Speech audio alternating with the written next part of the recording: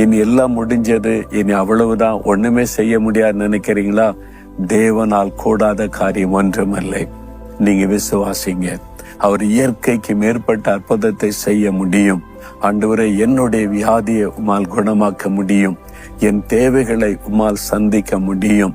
எனக்காக இந்த வழியை உம்மால் திறக்க முடியும். எனக்காக இந்த காரியத்தை நீ செய்து முடிக்க முடியும். இனி முடியாத இந்த சூழ்நிலையை உம்மால மாற்றி தர முடியும். நான் விசுவாசிக்கிறேன். ஆண்டவரே, எனக்கு இந்த அற்புதத்தை நீங்க செய்யணும். உம்மால் கூடாத காரியம் ஒன்றுமில்லை என்பதை விசுவாசிக்கிறேன்னு சொல்லி பாருங்க.